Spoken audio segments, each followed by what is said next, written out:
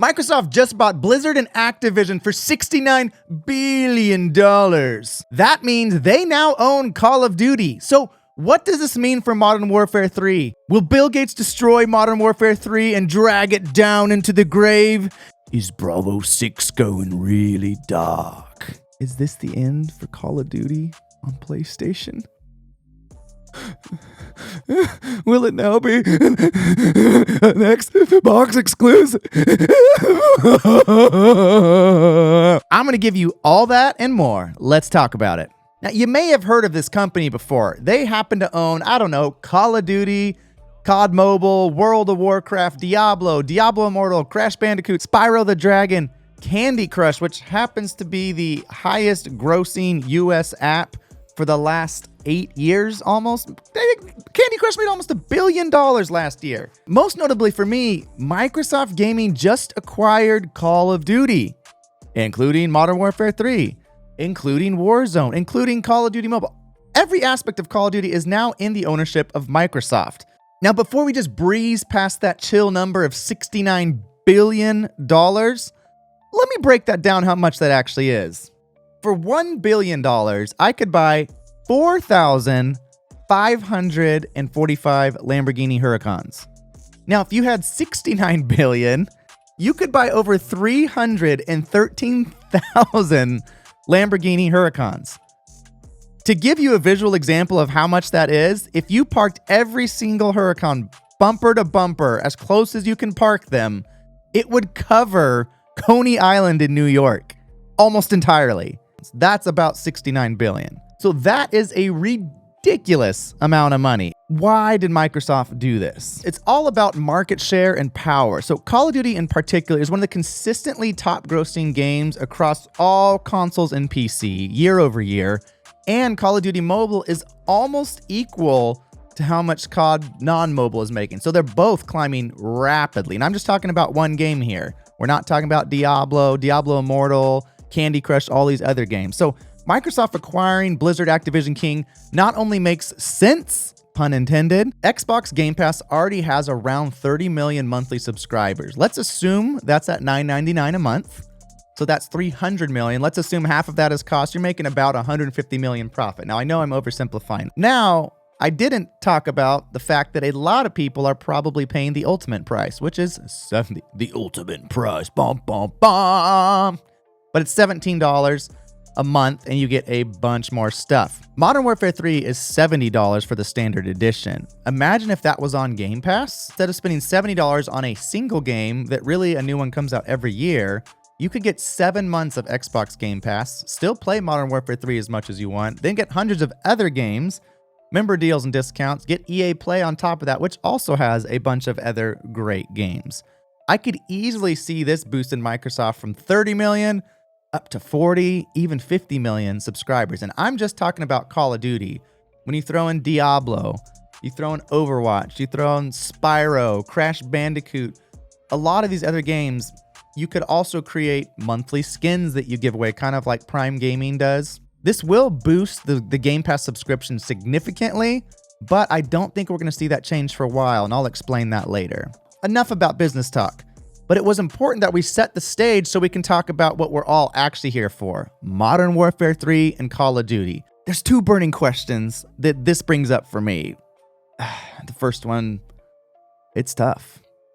Is this the end for Call of Duty on PlayStation?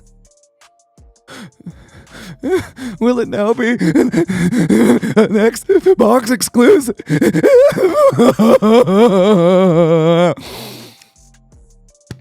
Oh, my mascara is running. Sorry. Now, if you're a PlayStation fanboy, this is a terrifying proposition. Losing Call of Duty and being forced to buy a black and green box to play your favorite game on a controller that isn't shaped like this? Oh, the humanity. Right? Yeah. But I have bad news for you. If you're an Xbox user. Actually, it's great news if you're a PlayStation user. Check this out. The Verge has confirmed that Sony has agreed to a 10-year deal for Call of Duty with Microsoft to keep the franchise on PlayStation after the proposed Activision Blizzard acquisition. Microsoft Gaming CEO Phil Spencer says Sony and Microsoft have agreed to a binding agreement to keep Call of Duty on PlayStation.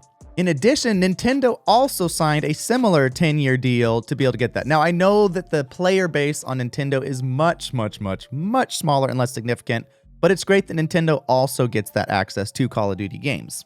I'm also happy that this is going to end the stupid PlayStation early release stuff with Call of Duty, and Xbox does it with different games where they've like paid Activision to be able to get a slightly earlier release, or they had the PlayStation only beta for the first week and then it jumped up to all consoles and PC the second weekend. That's done away with from now on. Now, hopefully Microsoft won't flip it and start doing the exact same early release exclusives or exclusive skins. Let's just stop trying to pinch pennies and end the dumb console war that's slowly non-existent. Just make great games, charge us the monies, we get good games, you get a ton of money, we're all happy. Let's just focus on that, okay? Now this gets me to the second thing. I had multiple viewers in chat tell me and my community do not buy Modern Warfare 3 because it will be coming to Xbox Game Pass. Now, I really appreciate that they're saying that because they're trying to save me money, they're trying to save our community money, so we can have money to spend on different games or different things. So thank you for saying that. However, I think there's a few details that were overlooked in this claim. This acquisition just happened, and these are massive companies with a ton of different projects, a ton of different branches and focuses. Things of this magnitude will take a lot of time to actually make changes.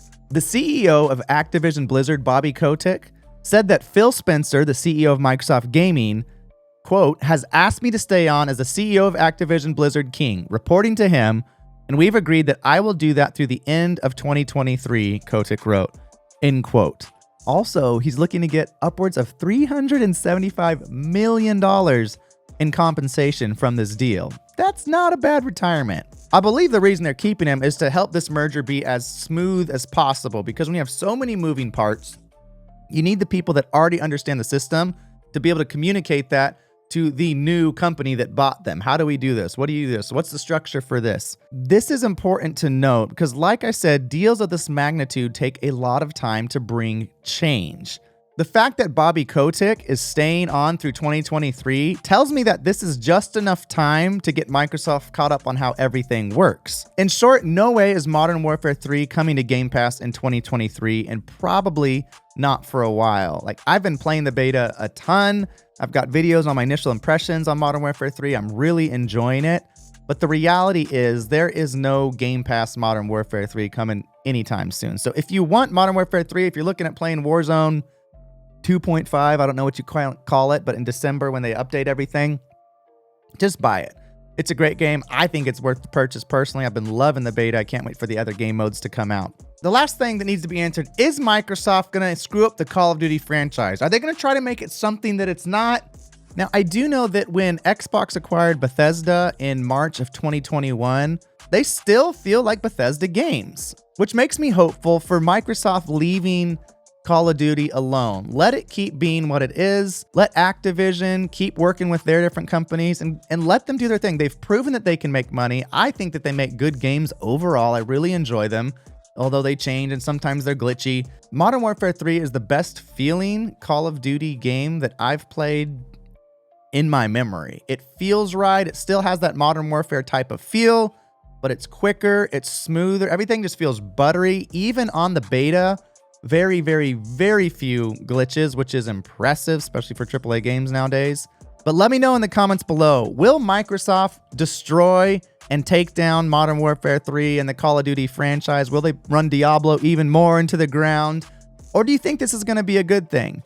Tell me why you think what you think. Let's have some actual discussion here. Remember, I'm a tough boy. I can take it. You can be honest with me. It's okay. I'm not going to be hurt. Let's have some real conversations. Will this be good? Or will this not be good? And if so, why? Now, I'm going to get back on Modern Warfare 3 beta, and I will see you next time.